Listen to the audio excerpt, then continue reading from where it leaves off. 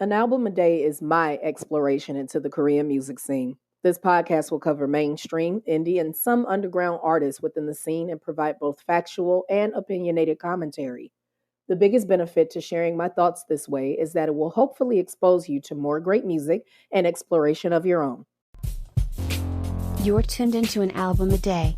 Show, start. It's going down. Sitting here eating a salad in between classes, and I've made my mind up. We're gonna talk about this album, and then we're going to do a separate final thoughts because I do want to play a few snippets of the songs for y'all. Like I've made my mind up. We've been talking about it the whole discography, So we've made it to the 6th Korean studio album, 11th overall, 11 overall for 2 p.m. Gentleman's Game. And it was released September 13th, 2016. It was a big to-do about it because it was a part of their 8 years. Here we go. We're doing it best where I start messing stuff up. It's a part of their 8-year anniversary celebration.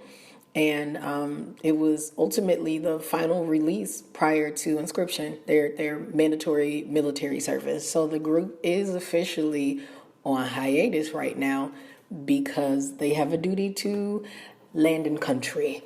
So they left us something that is absolutely fabulous. But before we get there, I want you to, like, oh my God, Ashley, there was like a sponsorship thing in the beginning. What?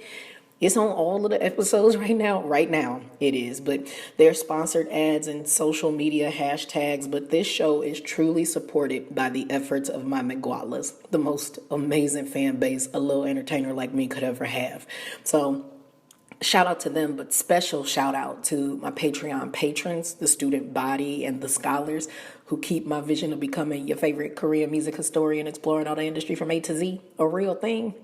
If you're interested in supporting the growth of this podcast and supporting content, please visit patreon.com/multifacetedacg. And for as little as $1 a month, you can keep my VPN working so I can access obscure albums.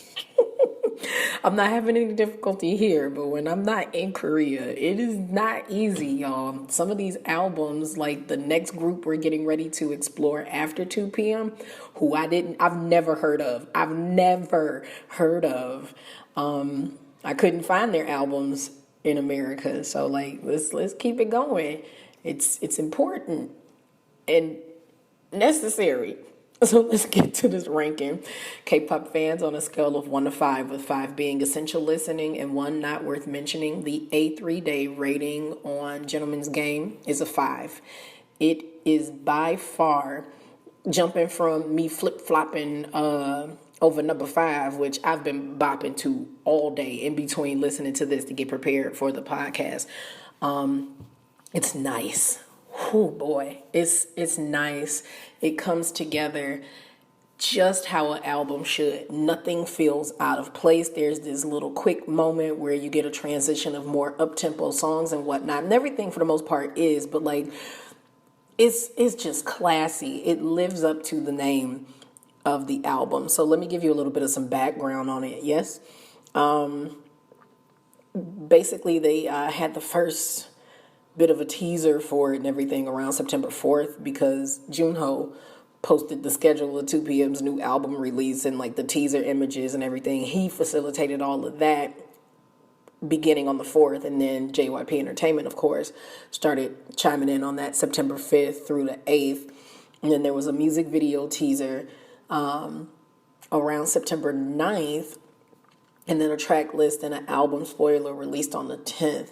The final teaser was a choreography spoiler, and it went live on September 11th. And then the official music video for the title track, Promise I'll Be, was posted on September 13th, as well as the entire album dropping. I've not seen this video. I hadn't even listened to this album. Number 5, I heard songs from it. Evidently, we talked about that. I only heard the single, but this, I heard nothing. I absolutely knew nothing of it. 2016 was a super busy year for me and Got 7. I'm talking like I managed the group. But I was wrapped up in my boys at that time, and I have just in real life, not even in like my K-pop, my Hollywood wave life. When I know somebody is getting ready to go, I have to make emotional distance from that. Y'all, I'm trying to find a napkin. I think I got lettuce stuck in my tooth, and I just want to wipe my mouth. The salad was good though, eating healthy, but yeah, I started making like emotional distance from them. Like I can't deal with it. Like seeing Tech Young enlist and then knowing in 2 years he was gonna come back out thick as a dang old pancake. I wasn't, and I mean the rest of them too. Like it's exciting. Don't get me wrong, but like, if they ever come across this podcast and they're like, the majority of it was heard down over him. Don't get me wrong. There are others in the group I love just as much as well. I respect all of them. I don't want it to come off as if I am just solely focused on one member. I have some serious flip-flop emotional conflict between him and between Woo Young. Like, why, Jesus? Like, so yeah, maybe tomorrow when we do the final thoughts and then we listen to a little bit about their music, then I'll just, flat out fangirl. Our parallel lives will be ruined, if you will, about how my life has been ruined. So there's 11 tracks on this album. Nothing is like a remix of another song or anything of that sort. Like it is distinctly their own songs, and this got released worldwide on September 13th. It wasn't like issued first in Korea and then the rest of us got it. No. They said have it and do what you will with it. The single from this, Promise I'll Be, which is an absolute standout, was written by Ma Taecyeon. There was also a writer named Leslie Chiang and Raphael who were part of that. They also were a part of the music. I did not do the math, nor did Wikipedia present for me the overall time of this album, but you literally don't have any necessity to skip over anything. None whatsoever. I'm not a fan of every song on here. I'm not too big on Otte. How is it? I think it's track 8. Yeah. It's track 8. I'm not too big on it. It could grow on me. Maybe it won't. But I really like Promise I'll Be. I like how it flows into Uneasy. I like Make Love. Like, it's a really nice album. It really, really is.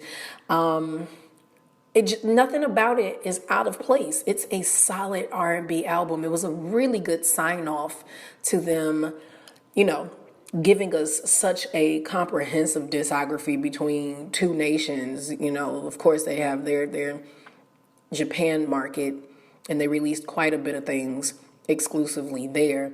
But even still, I know for a fact they perform some of those songs when they do the Korean concerts. I saw I'm Your Man live, and that's on a Japanese album, and it was a bop. It's a possibility that might get played tomorrow, even though that's technically not a part of the list, but y'all gotta hear it. Like, you have to hear it. There's also the fact that pretty much all of them dibble-dabbled in the past 3 albums, I want to say, in terms of lyrics, music, or arrangement. And that's awesome.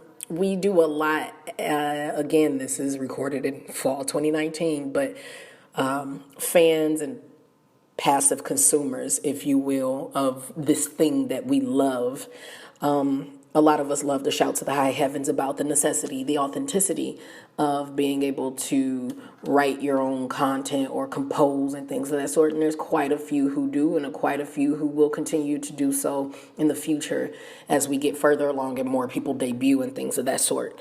But that doesn't take away from the fact that almost everybody tried their hand at it. Almost everyone did. On this album, Tech, Wooyoung, and that was it. On this one, yeah, I got myself a little confused. No.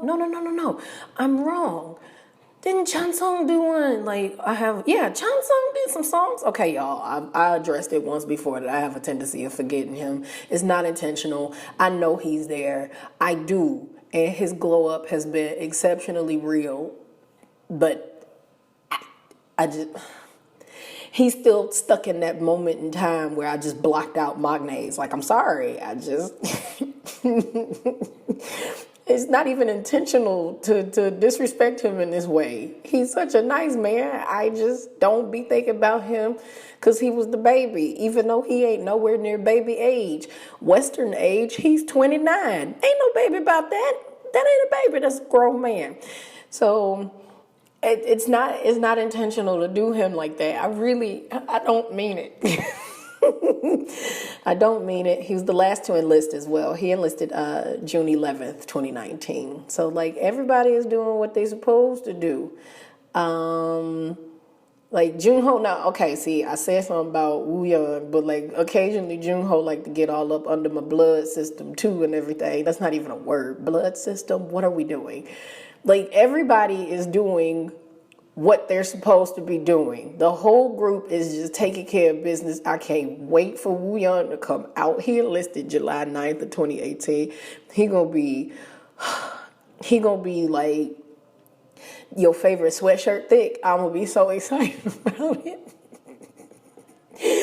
I'm gonna be so excited about it. I really hate that this is how I'm actually keeping track with their time. And Jun K, who's like the de facto leader, I don't care what nobody say, Nickun and Tech pretty much hold down the family, the mama, daddy, and the auntie. Not the auntie, the auntie. They gotta hold everything down. But he's coming out like probably spring of 2020 as well, and he was already cut like some real delicate meats from the deli. And where are we going with this? We have completely and utterly deflected from the music. I feel a bout of shame. I definitely recommend that you do listen to this track. I mean, this whole album. Look at me, Lord, I done messed up my whole existence because I done went and Googled a photo. Such handsome men. They gave us so much. And we'll do a recap tomorrow, you know, the final thoughts about their entire discography, as well as play a few of the songs and give my overall ranking of what they brought to the table. I'm going to get off of this. I'm going to go brush my teeth before my next students come in. I don't feel like smelling teachers' dinner of salad and grilled chicken. I did the best that I could, y'all. All right. I'll catch you all in the next show. Bye, y'all.